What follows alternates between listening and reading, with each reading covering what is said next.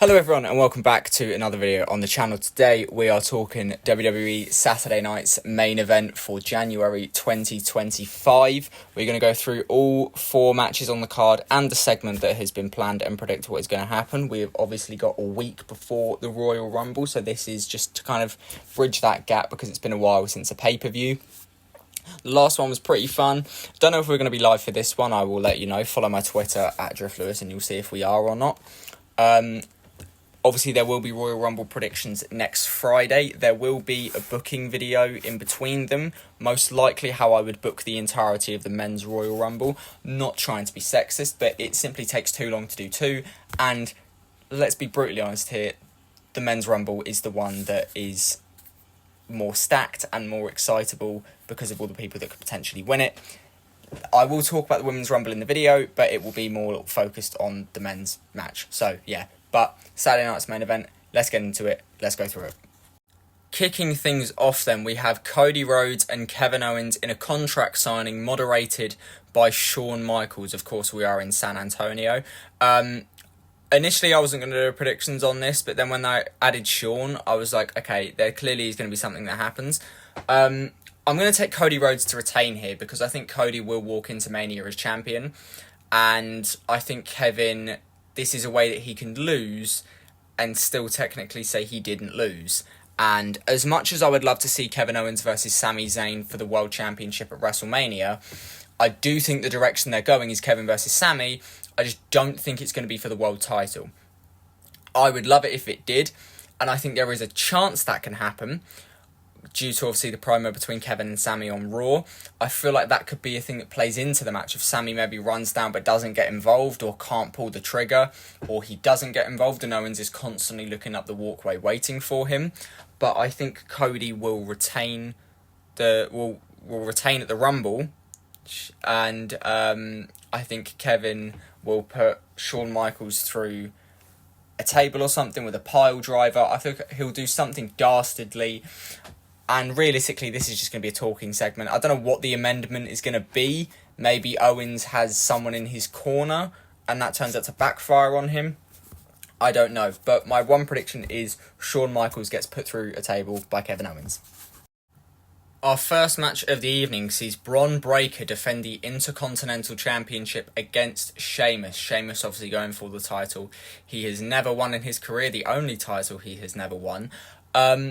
This is a really difficult one. I'm going to go for Bron Breakker to retain here.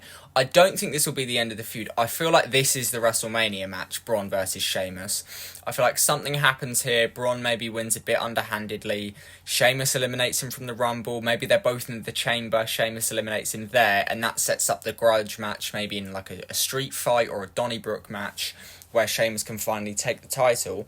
This reign from Bron has been a bit of a misfire because, I mean, he won it at SummerSlam, lost it to Jay in that great moment, won it back, and then hasn't really been able to do anything with it since. I mean, at Survivor Series, that triple threat was fantastic. I think Bron has had a really, the past month has been very, very underwhelming because he hasn't really been on TV much, but that is because there have been more important things.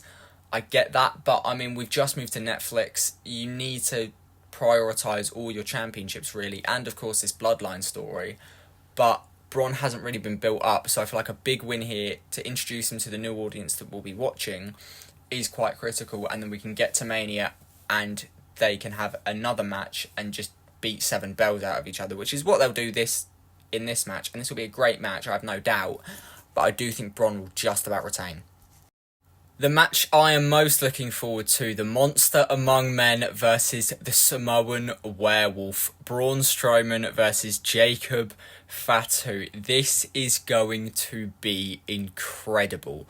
Braun Strowman is fantastic and Jacob Fatu is a star. That promo last week on SmackDown against the crowd after Solo left, the man is just a natural born pro wrestler and a fantastic wrestler as well. He has got everything you need in a top guy.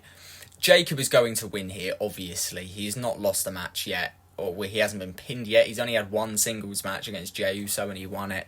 He is an absolute monster, and this will be a phenomenal match just to see two massive lads go at it. but Jacob will get the win here, obviously. Who knows whether Solo or Tama Tonga can play a role in this. I feel like LA Knight might get involved, but I hope that this is just two giants murdering each other and Jacob gets the win here. I don't know where we're going for Mania with Jacob. I feel like we're probably leaning towards a match with Solo, but whatever we do, he's going to smash it, because Jacob Fatu is fantastic, and I think this time next year there's a strong argument he could be world champion. So, Jacob to win. To me, the most obvious match on the card here, Rhea Ripley versus Nia Jax for the Women's World Championship. I've got Rhea Ripley here. Of course, they're running this back from Elimination Chamber Perth. It wasn't a terrible match. It's not something I particularly have an interest in seeing, but that is more to do with the fact I'm not particularly interested in seeing Nia Jax. I don't really understand why Nia Jax is going for Rhea here and not Tiffany Stratton. I feel like that might happen at Elimination Chamber. God forbid that does not happen at WrestleMania. Rhea, I think, is going towards either Io Sky or Becky Lynch at WrestleMania. So Rhea has to retain here, and she's just won the title back. I don't have a problem with that. I'm more of a fan of Liv than I am of Rhea, but I think Rhea should really have the title back, and Rhea will retain here. And in what I presume will be the main event, given the challenger is put all over the promotional posters for this show, Jey Uso challenges Gunther for the World Heavyweight Championship. I've got Gunther to retain here. I think Jey is incredibly hot right now with the whole Yeet thing in the entrance. He is a future star, potentially even a future world champion.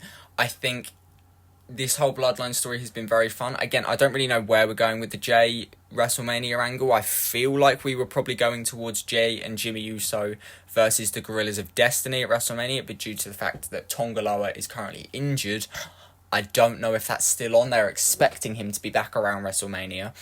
So do they go Jey, Jimmy and Sammy versus Solo, Jacob and Tama? I don't know. Jey will obviously be on the WrestleMania card because he's just too big a star.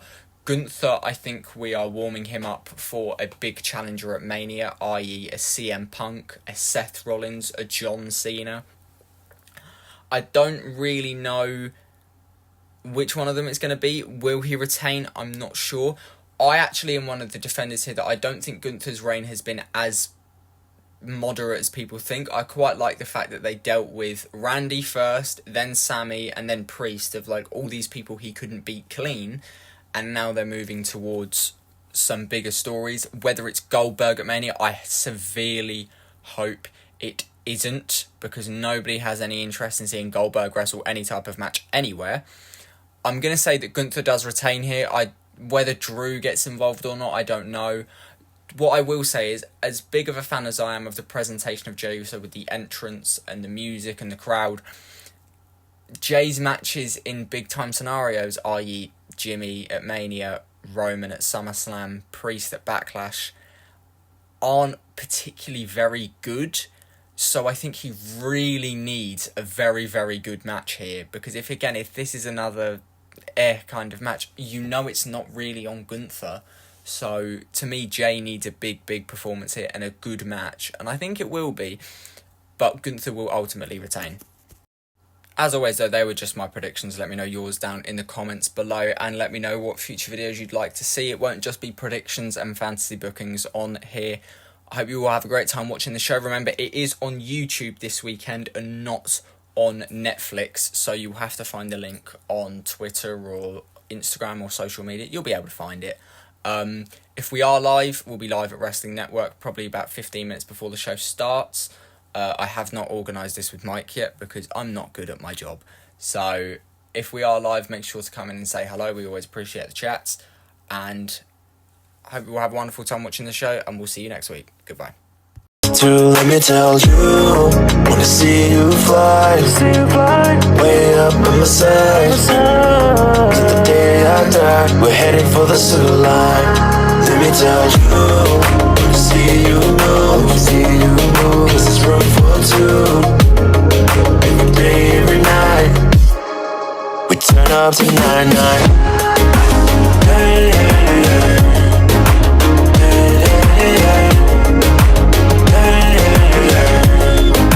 Turn up to 9-9. Hey, hey, hey. Hey, hey, hey. tonight.